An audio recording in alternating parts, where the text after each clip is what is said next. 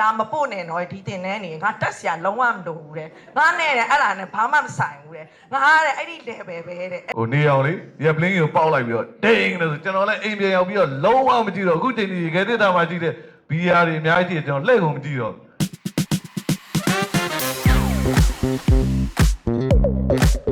မီနီမက်အုံနာပါပြီးတော့ AI မှာ financial service manager လုပ်ပါတယ်လူရောက်90လောက်ကို training အကုန်ချင်းပေးနေပါတယ်အမေအမကတော့ဒီနေ့ share ချင်တာသူများနဲ့မတူတဲ့ကိုးရအမယောက်ျားဆရာနောက်ကိုတောက်လျှောက်ပါသွားပြီပေါ့နော်အဲ့အမအတွက်ကိုးပါပဲအမဘာကို share ချင်လဲဆိုတော့ TAG ကိုလာတက်တာအမ batch 119ရပါ तू ကလာပို့တယ်ပို့တော့တော်တော်ကိုနှိမ်နှိမ်ချချဆက်ဆံတာအမကိုလေအဲ့တော့လာသာပို့တယ် तू ကအမကိုတော်တော်နှိမ်သွားတယ်လို့အဲ့ဒီနေ့မှာခံစားလိုက်တာအဲ့ကလေးကညှိုးထားတယ်သူ့ကိုငါရအောင်ပို့မယ်ပေါ့ TAP ပြီးတဲ့အထိလဲကြာတော့တခွန်းတော့ပြောမင်းရုပ်တော်တော်ပြောင်းသွားတယ်တဲ့တိလားအဲ့မှာကိုကတိပြီနောက်ဆုံးနေ့တော့ငါသူ့ကိုအချခဲ့မယ်ဆိုပြီးတော့ तू မသိအောင်အပ်ခဲ့လိုက်တယ်အပြီးတော့အထိ तू ကငါ့ကိုလာမပို့နဲ့တော့ဒီတင်နေနေငါတက်ဆရာလုံးဝမလုပ်ဘူးတဲ့ငါနဲ့တဲ့အဲ့ဒါနဲ့ဘာမှမဆိုင်ဘူးတဲ့ငါတဲ့အဲ့ဒီ level ပဲတဲ့တိလားဆရာကိုတော့အင်းတန်းနေမတက်တာ10စုနဲ့2စုလောက်ရှိတယ်ကိုဆရာပြောသလိုမတက်ပေါ်ရောက်တယ်ဟုတ်ပေါ်ဘယ်ပေါ်လဲတော့ဒီပေါ်တော့ရောက်တယ်ဒီကြားသူများတွေပေါ်ပင်ဖြစ်တဲ့ဒီ MBA တို့ဘာလို့ဆက်တက်တော့ပိုးဆိုးကုန်တော့သိအောင်ဘာကိုဘာဖြစ်လို့ဖြစ်နေမှန်းမသိဘူးဖြစ်အဲ့နဲ့ခဏတော့ပြောလာကြိုးတဲ့အချိန်မှာကျွန်တော်တော်တော်အမြင်ခဲ့တာဒီအုပ်စုတွေတော်တော်အများကြီးအုပ်စုလိုက်ဟာဒါကြီးတန်းပြီးဆင်းလာဟိုချိန်မှာကားပေါ်မှာစောင့်နေအဲ့တိုင်းပဲအဲ့ဒါ TLJ သွားတက်တယ် TLJ သွားတက်တော့ပထမဆုံးတက်တဲ့နေ့မှာပြန်ပြေးကျင်တာပြန်စိုးကျင်တော့ကျွန်တော်နဲ့အတူတူကျောင်းတော့တငယ်ချင်းတယောက်နဲ့သွားတယ်သူကလည်းဒီနန်ကုမ္ပဏီမှာလုပ်နေတာသူလည်း safety officer higher position မှာတခုပေါ့ကိုလည်း higher position ကျောင်းတော့သွားပြီလို့ငါတို့မှားပြီနဲ့တူတယ်လို့ဒီမှာမင်းနဲ့ဟိုဗါလဲပထမနေ့တစ်ပိုင်းမှာတားပြန်ပြေးကျင်တာပထမတည်းကပြီးသွားဒုတိယရက်ကျလည်းအဲ့လိုမျိုးဒီ team တွေလို့တော့ကျွန်တော်တို့အဖွဲ့မှာဒီလိုမျိုးရမ်းချောတဲ့လူတွေပါသိမ့်မပါဘူးဟိုဘက်မှာလေကလေးလေးတွေများတယ်ကျွန်တော်နဲ့တက်တာကလေးတွေဆိုကလေးတွေနဲ့ကိုယ်နဲ့ဆိုရမ်းရှက်တာပေါ့သိရမှာကိုကအသက်40ကျော်50နားကန့်နေဟိုကလေးတွေကအညွတ်တလူလူနဲ့တကုံနေချနေကြသိရသူတို့လည်းကိုပြန်ပြောသူနေရလည်း TLJ တော့ပြီးသွားတယ်ကျွန်တော်နဲ့သိ TLJ နဲ့သိကီးမကိုက်တော့ဟိုမှာလေဆရာမကျွန်တော်ဆရာမTLB ပါအပ်ထားပြီးပါပြီ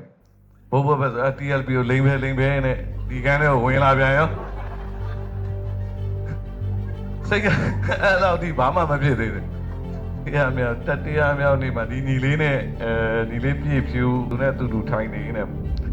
တရားနေမှာပြောလိုက်တယ်ဆရာပြောလိုက်တယ်ခုချိန်မှာထိုက်လျောက်အောင်မြင်ပြီးသူတယောက်ကနောက်တစ်ချိန်မှာအကြီးကျယ်တဖုံတို့မပြောင်းလဲစရာအကြောင်းကိုမရှိဘူးဆိုဒိန်းနေဆိုဟာဘာတွေဖြစ်ကုန်လာလဲမသိဘူးအဲ့ကနေစပြီးတော့ तू ကကျွန်တော်ဘေးနားမှာထိုင်တယ် तू ရမ်းကျွန်တော်ကိုကြည့်ပြီးအခုဘာတွေဖြစ်နေဘာဖြစ်လို့မျက်လုံးတွေပြောင်းသွားလဲဘာဖြစ်လို့မျက်နှာတွေပြောင်းသွားဘာဖြစ်လို့ရမ်းတွေပျော်နေရရမ်းတွေကိုအဲ့ချိန်မှာကျွန်တော်ရဲ့ goal တွေကျွန်တော်ဒီရှေ့လုပ်ရမယ့်လုပ်ငန်းစဉ်တွေ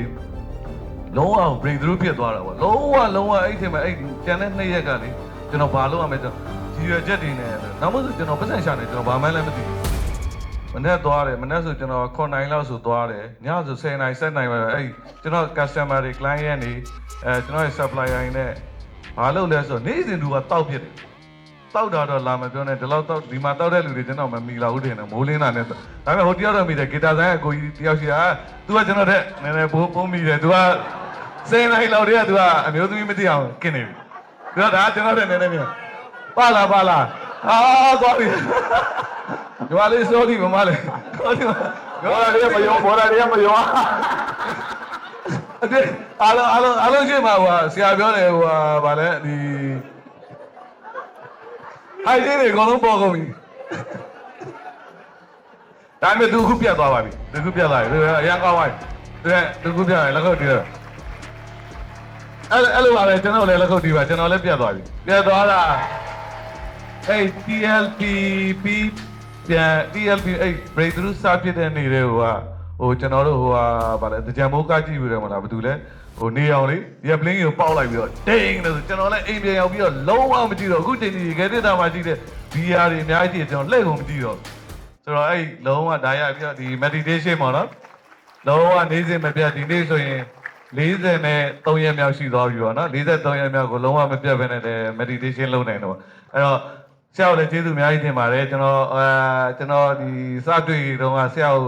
ဒီမလေးမစားဖြစ်ခဲ့တာရယ်ဆရာပေါ်မှာတင်သိမိတာရယ်ရှိခဲ့ရင်ကျွန်တော်ခွင့်လို့ပါလို့ကျွန်တော်ဒီကနေပြီးတော့လဲတောင်းဆိုပါတယ်ဆရာရဲ့ရန်ကျေးဇူးတင်လုံးဝလေးစားတယ်